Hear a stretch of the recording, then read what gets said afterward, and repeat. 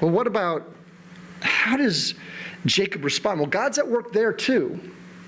So let's look at that. That's in verses 16 through 22, which is the largest portion of this passage here. In verses 16 and 17, Jacob has this aha moment.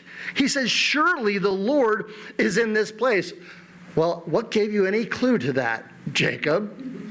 Oh, yeah, it was a dream. Yes, God revealed himself to you. And, by the way, dreams still happen in which God reveals his purposes. But I will also let you know this. If it does not agree with the Bible, then it does not come from a divine, heavenly, holy source. Okay, so just remember that. Keep this, because this is your quality check right here.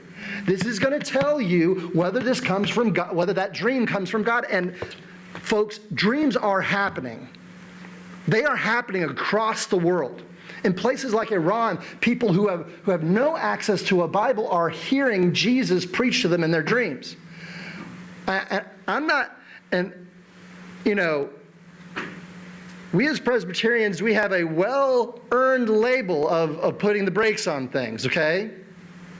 But if God's doing something, get out of the way. If God's doing something, get out of the way. I've seen this also on a personal level. In going to Cuba with a previous church where I worked with, there was one of our elders there, John, and he knocked on a man's door one time. And one of the women of the household opened the door, saw him, her eyes got as big as saucers. She runs to the back of the house and starts speaking in very loud and very fast Spanish. And so John's wondering what in the world is going on. They wheel out this old man on a bed with wheels into the living room. And they said, God told us you were going to share the gospel with us, and we're supposed to believe this. Whole family was converted. And by whole family, I mean all the neighbors came in too. We're talking 30 people getting converted all at once. This happened with a Presbyterian church in America ruling elder, guys. This is not some sort of other camp that we say that they're doing their. No, guys, this is brakes fully on PCA. Okay, this is brakes fully on PCA. Guess why? Because when God moves, you can't stop him, because God's at work even if you don't see it. And for years we didn't know that there was a revival going on in Cuba. Now we know better. Now we know that it was going on for about 25 years. And why? Because God wanted to. That's why.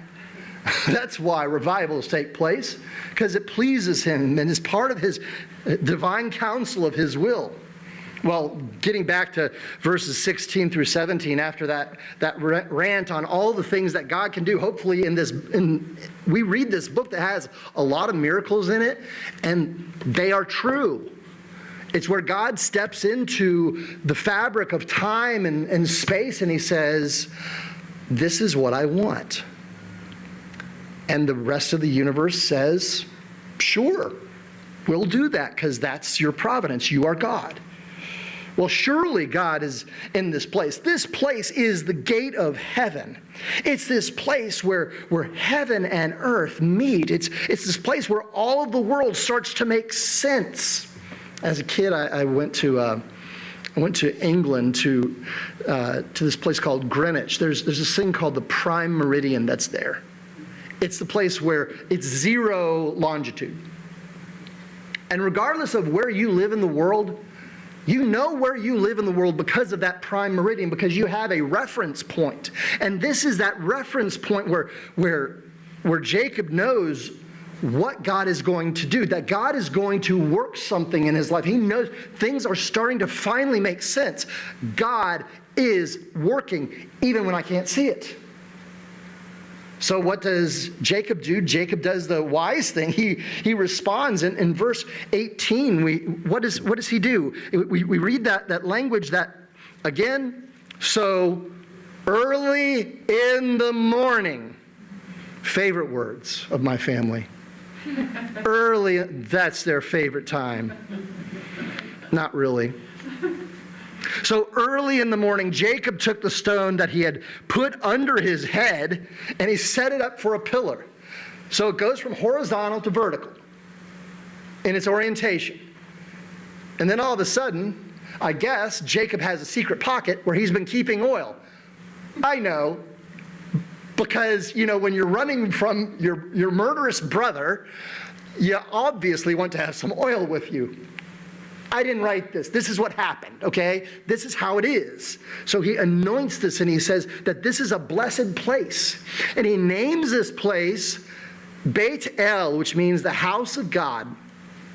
And he goes on to say that this is the place where the gate of heaven is. This is a portal to a new world.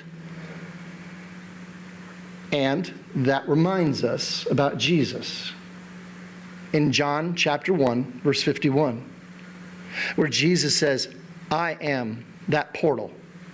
If you want to make it to heaven, you must trust me and walk on my back. I am the bridge. I am the land bridge that will transport you to a new world. Does that mean that when this life is over, I'll fly away and it's heaven, no more?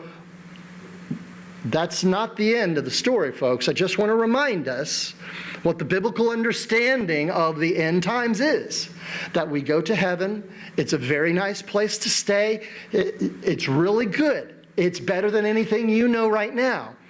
But then Jesus is going to come back and he is going to make all things new. See the book of Revelation if you don't believe me. See 1 Corinthians chapter 15 if you don't believe me. Jesus is going to make all things new and we will what? We will rule with him.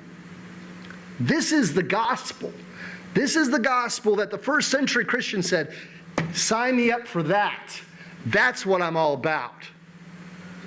Okay, I just want to remind us because a lot of people have kind of cut off the tail end of what the gospel is. It includes God making all things right on this planet and us ruling with him.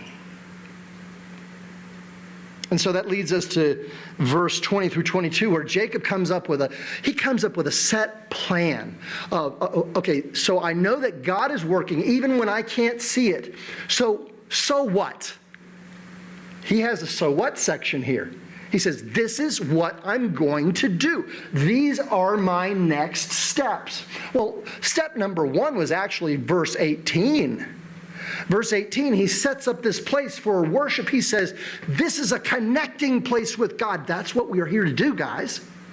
That's why worship matters. That's why it's the most important thing we do. This is the most important thing that probably ever happened to Jacob in his life, where he has this connection with God. And if you're on the other end of that lens and you haven't connected with God, message me. I'd love it to have the honor to share with you Jesus Christ.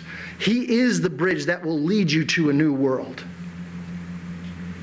So this is the action plan in verses starting at 18. He worships. Verse 20, what does he do after that? Then Jacob made a vow, saying, if God will be with me and will keep me in the way that I go and will give me bread to eat and clothing to wear so that I come back again to my father's house in peace, then God shall be my God, and this stone which I have set up for a pillar shall be God's house. And of all that you give to me, I will give a full tenth to you. Let me translate. He says, I will become your disciple. I will become your apprentice. Where you tell me to go, I will go. What you tell me to do, I will do. What you tell me to eat, I will eat. Who you tell me to marry, I will marry. All that stuff that goes along with being a disciple of Jesus Christ. That God tells us all these things. That's the first thing he promises. And the second thing he promises, that I will be a person of generosity.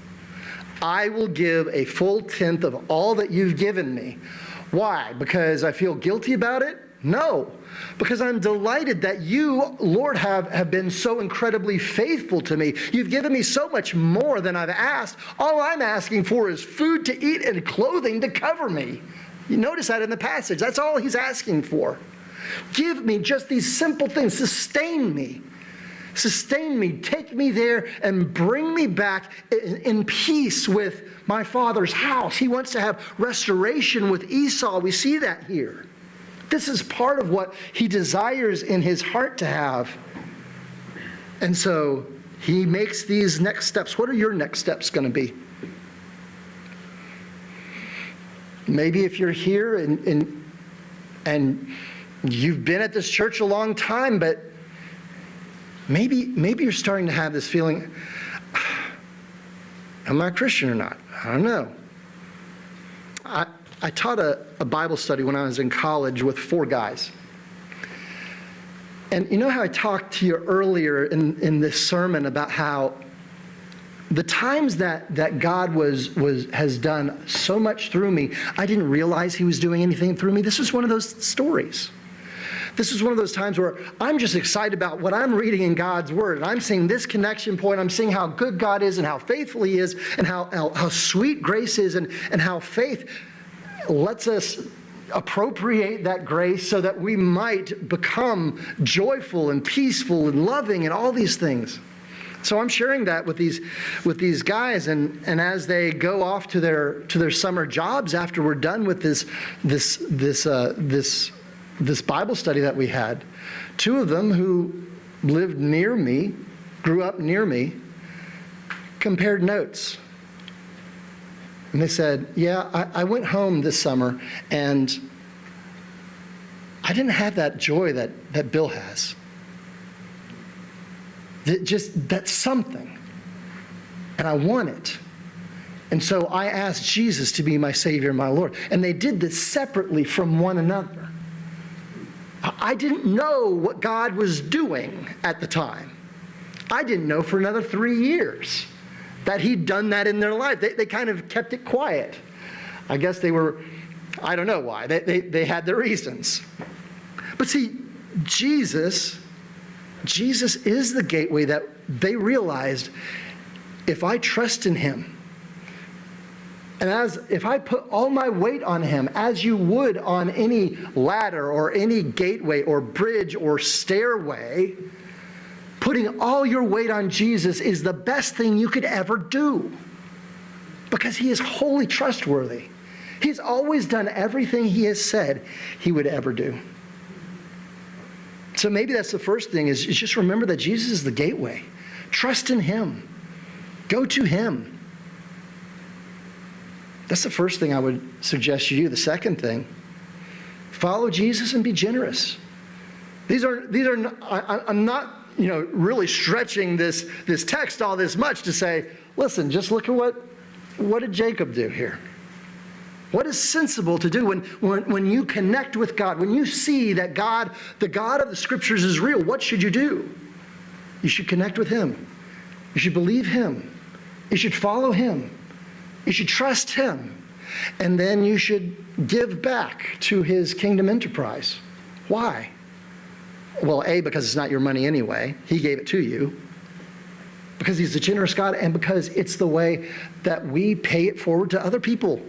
It's the way that we say to other people that God has done something amazing for me. Let me show you just a bit of that kindness. This is what the Apostle Paul talks about in 2 Corinthians, where he says, he who became poor for our sakes so that we might become rich, should we not do that same sort of thing? Should we not take from our surplus and give to those who have need?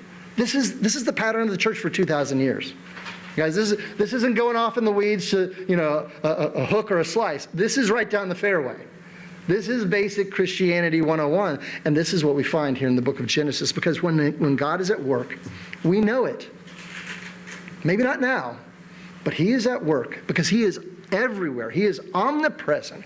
God is at work even when we don't see it.